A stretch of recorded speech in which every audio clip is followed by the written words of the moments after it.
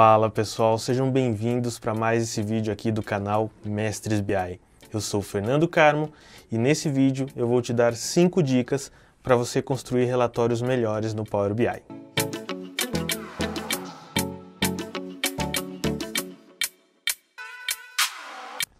E eu já quero começar esse vídeo, como sempre, pedindo para vocês se inscreverem aqui no canal se vocês não forem inscritos. Deixe seu like nesse vídeo, ative as notificações para você ser lembrado toda vez que sair um vídeo novo aqui no canal. Bom, e nesse vídeo eu vou dar para vocês 5 dicas sobre como construir relatórios melhores no Power BI. E a primeira dica é que você consulte o seu time de UX e UI da sua empresa ou do seu projeto. E por que essa dica ela é tão importante, pessoal? Primeiro, porque o seu time de UX é o time que vai construir a experiência de usuário para o seu relatório. O time de UX da sua empresa provavelmente já tem experiência com os seus usuários, já tem experiência com outras aplicações ou até mesmo com outros relatórios. Eles podem guiar você na hora da construção do seu relatório, definindo, por exemplo, qual que é a melhor forma de você fazer um storytelling dos seus dados. O time de UX, User Experience, com certeza vai te ajudar muito na construção dos seus relatórios em Power BI. E eu não citei só o time de UX, eu citei o time de UI também, User Interface. O time de User Interface é o time que vai poder te ajudar, por exemplo, com as configurações de cores, em definições das cores exatas da sua empresa ou do seu projeto. Óbvio, pessoal, em muitos casos você vai entrar num projeto ou você está numa empresa que não tem um time de UX ou um time de UI definidos, não existe esse time. Eu já passei por projetos assim. Nesse caso, o meu conselho para você é que você de fato estude um pouco de UX, estude um pouco de UI. Além disso, você já precisa conhecer previamente storytelling, trabalhar com storytelling nos seus dados e aí você vai juntar esses dois mundos, criar o storytelling dos seus dados e apresentar da melhor forma possível com UX e UI. Então a primeira dica é essa, peça ajuda do time de UX e UI e se você não tem esse time, você precisa estudar um pouquinho de UX e UI. Não precisa ser especialista em nenhuma dessas duas áreas, mas é importante que você conheça. A segunda dica é que existem 2 agentes mandatórios nos seus relatórios. O primeiro é o perfil do usuário que vai utilizar o seu relatório, e o segundo são os seus dados. No momento que a gente está construindo um relatório de Power BI, a gente precisa compreender qual que é o perfil que vai utilizar esse relatório. Normalmente existem 3 perfis principais, um perfil operacional, um perfil gerencial e um perfil estratégico. E o que são esses perfis? Na realidade, são os perfis das pessoas que vão consumir o seu relatório. Um relatório operacional é mais focado para o time operacional da empresa ou do projeto. Então, por exemplo, são pessoas que vão consumir o seu relatório, os vendedores da ponta. Ele quer saber quais são os clientes que ele já vendeu. Normalmente esse vendedor ele quer olhar linha a linha de venda. A gente pode falar também, por exemplo, de um relatório de apontamentos de hora, onde o funcionário da empresa às vezes é o cliente que vai consumir esse relatório e ele quer enxergar os apontamentos dia a dia, por exemplo, ou apontamentos antes do almoço, depois do almoço. Isso é um relatório operacional. Nós temos também um relatório gerencial, que normalmente os clientes do nosso relatório gerencial são coordenadores, gerentes. Eles querem olhar para um panorama maior do que simplesmente um único funcionário ou um único vendedor.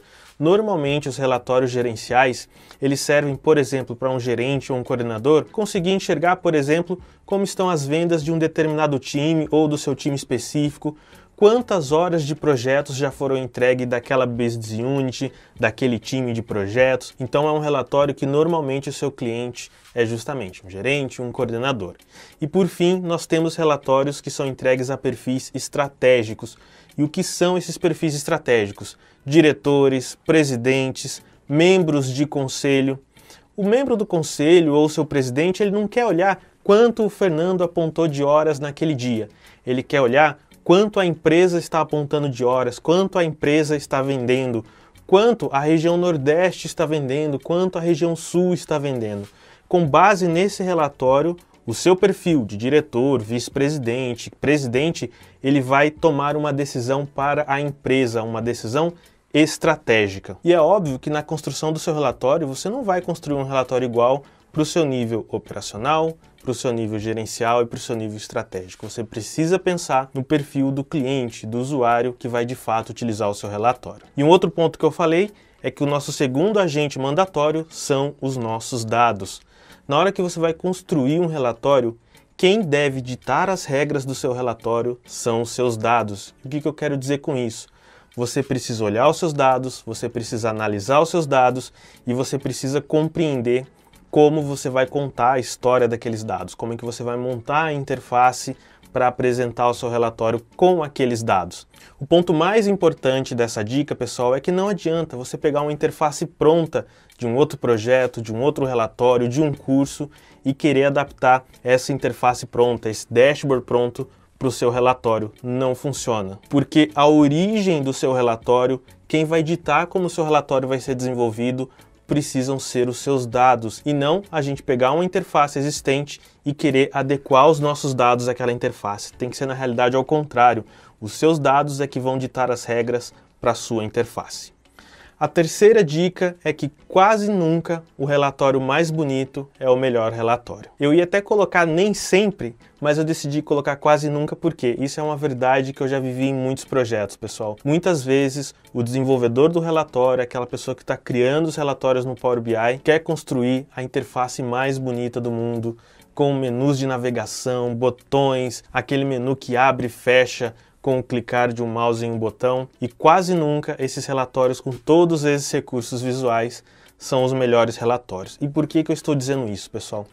Óbvio que se você puder, na sua análise, colocar recursos visuais para o seu relatório que vão enriquecer aquele relatório, você pode fazer isso. Mas você deve ter sempre em mente que o ponto central do seu relatório são os seus dados e não a interface do seu relatório. Você precisa fazer com que aquele dado chegue da melhor maneira para o seu consumidor. E muitas vezes você tem que abrir um menu, selecionar um botão e mudar a visualização ali no seu relatório, que antes era uma, depois foi para outra, ou colocar uma imagem com um fundo degradê. Muitas vezes o degradê pode atrapalhar a visualização do seu dado, então você precisa pensar nisso na construção do seu relatório e ter em mente que os relatórios mais bonitos visualmente quase nunca são os melhores relatórios para você apresentar. Ok, pessoal? Então, tome um pouco de cuidado, principalmente com esses relatórios prontos que você encontra na internet. E a quarta dica é: trate o máximo possível dos seus dados na sua origem. O que eu quero dizer com isso, pessoal? Se você está buscando dados de um SQL Server, por exemplo, se você tem acesso a esse SQL Server, se você pode construir views, se você pode construir, por exemplo, procedures dentro desse banco de dados, o ideal é que você trate os seus dados na origem, lá na fonte, lá no SQL Server. Então, ao invés de você trazer todas as colunas da sua tabela e reduzir dentro do Power BI com o Power Query para 5, 6 colunas, já traga essas 5, 6 colunas lá da sua base de dados. O Power Query, a linguagem M, ela é muito boa principalmente quando você não tem acesso à sua fonte de dados, onde você não pode tratar esses dados na origem. E aí sim, você utiliza os recursos do Power BI, do Power Query, da linguagem M para fazer o tratamento dos dados. Mas fora isso, se você tiver acesso à origem, o ideal é que você trate os seus dados lá na origem e já traga esses dados filtrados ou tratados o máximo que você puder.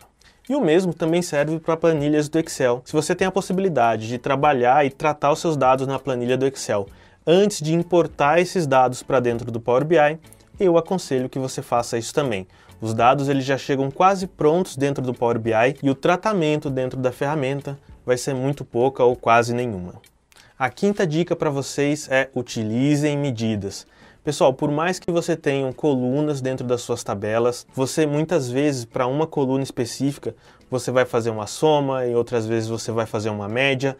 Então, ao invés de você utilizar essas colunas, arrastar, por exemplo, para uma tabela e definir para aquela coluna a soma e depois arrastar de novo, definir a média, crie medidas de soma, crie medidas de média, crie medidas com o cálculo que você precisa para os seus valores. E por que isso, pessoal? Porque a gente deixa explícito no nosso modelo o que cada medida representa. A gente tem uma medida de soma das vendas, a gente tem uma medida da média das vendas por mês. Então isso fica muito claro para quem vai usar o seu modelo, quem vai construir outras páginas, adicionar visualizações, fica muito claro para que serve cada medida. Então a nossa quinta dica é: utilize medidas sempre que você puder, o máximo que você puder. Não utilize colunas calculadas. A gente tem um vídeo aqui no canal, vou deixar um card para vocês explicando a diferença entre medidas e colunas calculadas, mas o ideal é sempre que você utilize medidas sempre que você puder, ok? Por fim, pessoal, eu vou deixar uma dica bônus aqui para vocês, que é estude Analysis Service e Live Connection. E em muitos casos, em médias empresas, em grandes empresas, já existe um modelo de dados criado, com o Analysis Service, pronto para servir os dados da melhor forma possível para o seu relatório. E aí você não precisa recriar tudo do zero. Ou, se a sua empresa tem uma licença de Analysis Service, pode ser um recurso muito interessante, pode ser um recurso muito poderoso que você vai aderir ao seu projeto de Power BI, incluindo ao seu relatório. Por que eu decidi dar essa dica bônus para vocês? Porque poucas pessoas hoje em dia utilizam o Analysis Service, poucas pessoas conectam o Power BI ao Analysis Service, e o Analysis Service entrega um poder muito grande para a sua empresa, para a sua organização como um todo. E assim, pessoal, seguindo essas 5 dicas e essa dica bônus, com certeza você vai criar relatórios muito melhores dentro do Power BI e o seu projeto, a sua empresa, as pessoas que vão consumir o seu relatório, elas vão perceber essa diferença no momento que você implantar essas 5 ou 6 dicas dos seus relatórios do Power BI, beleza? Pessoal, e antes da gente terminar esse vídeo, eu só gostaria de pedir mais uma vez para você se inscrever aqui no canal, deixar o seu like, ativar as notificações. Espero demais que vocês tenham gostado desse vídeo, espero que tenham sido dicas importantes para vocês e que vocês implementem nos seus relatórios de Power BI. Um grande abraço, até o próximo vídeo e bons estudos!